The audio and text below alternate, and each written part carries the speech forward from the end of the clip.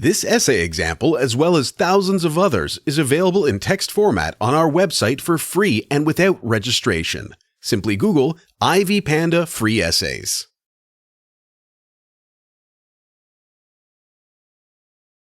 Why the Future Doesn't Need Us is an article authored by Bill Joy, co-founder and chief scientist at Sun Microsystems, co-chairman of the Presidential Commission on the Future of IT Research, and the co-author of the Java language specification. In this article, he discusses his concerns about the dangers of New Age technologies. He categorizes these 21st century technologies as GNR, genetic engineering, nanotechnology, and robotics, which pose the greatest threats to humankind. He voices his dilemma in front of the readers in relation to these technologies. As a person working in the scientific arena, he contemplates the extent to which humankind should hunt for knowledge. In his opinion, at the present rate of advancement, things could soon spin out of control, and our quest for knowledge and truth might endanger our own species along with others. At the outset of the article, the author reflects on his thoughts about the ethical aspects of scientific creation and tells the reader about the anxiety he experiences when he mulls over the perils the New Age technologies might bring about. After having a discussion with others from the various relevant fields, he realizes that the far-fetched sci-fi ideas like downloading one's consciousness into robots were essentially not very far away possibilities. He cannot refute these arguments as they come from entirely credible sources, and the logic behind these arguments also makes some sense to him. This escalates his concerns. He points out that we have become used to new scientific inventions and discoveries. As for the future, he says that humankind will face two possibilities. Either machine would be allowed to make decisions autonomously, or some control would be retained.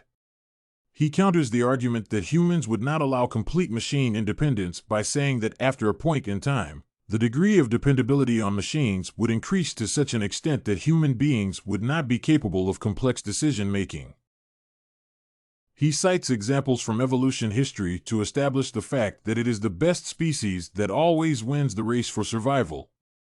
As we go on developing new and more efficient technologies, he worries that their almost perfect character might seduce us into relinquishing control to them.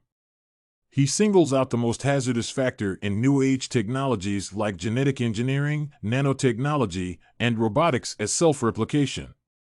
He refers to the attractive powers of each of these technologies, near immortality promised by robotics, better and effective treatments offered by genetic engineering, and the capability of nanomedicine to address a broader range of hazards. Together, they use such technologies pledges to improve the quality of living and average lifespan. On the other hand, the advances that bring us accretion of supremacy fetches great dangers in tandem. He compares them to old 20th century approaches, which he calls NBC, nuclear, biological, and chemical technologies, which form the root of weapons of mass destruction, WMD. Where a bomb could strike disaster just once 21st century technologies could increase its impact manifold by self-replicating. Further, WMDs required much effort, practically inaccessible raw materials and information, and large-scale activities. Threats from new technologies are even more perilous as knowledge alone can make their abuse possible. These knowledge-enabled mass destruction approaches do not require extensive and confidential facilities.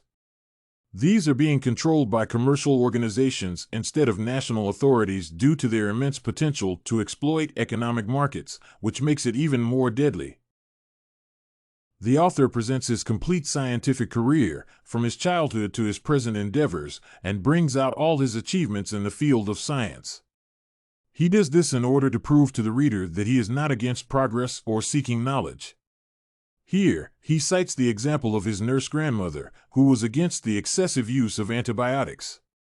He just tries to put out a word of caution to society that the scientific world holds immense possibilities that can revolutionize the world we live in, but at the same time, it might take very little time to end up in the wrong hands and demonstrate its ill effects.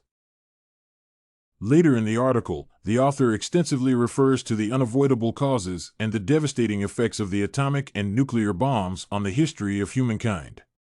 He points out how the failure to relinquish the desire to create such powerful technology at the right time brought harm to the human race. He strongly recommends taking a leaf out of that chapter and giving up the aggressiveness in seeking knowledge. He refers to his learning about utopian dreams.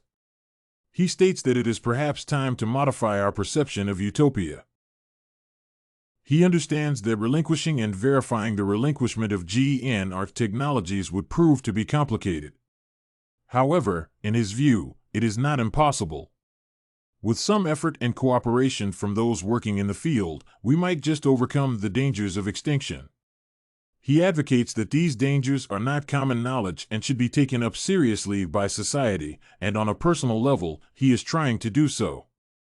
It is not yet decided whether we will succumb to the threats we face today or will prevail over them and continue to survive, but according to the author, we should at least realize the dangers and proceed with caution. Did you like this Why the Future Doesn't Need Us by Bill Joy sample? To get more works like this one, make sure to check out the database of academic paper examples at ivpanda.com. You will find thousands of samples for all your study needs.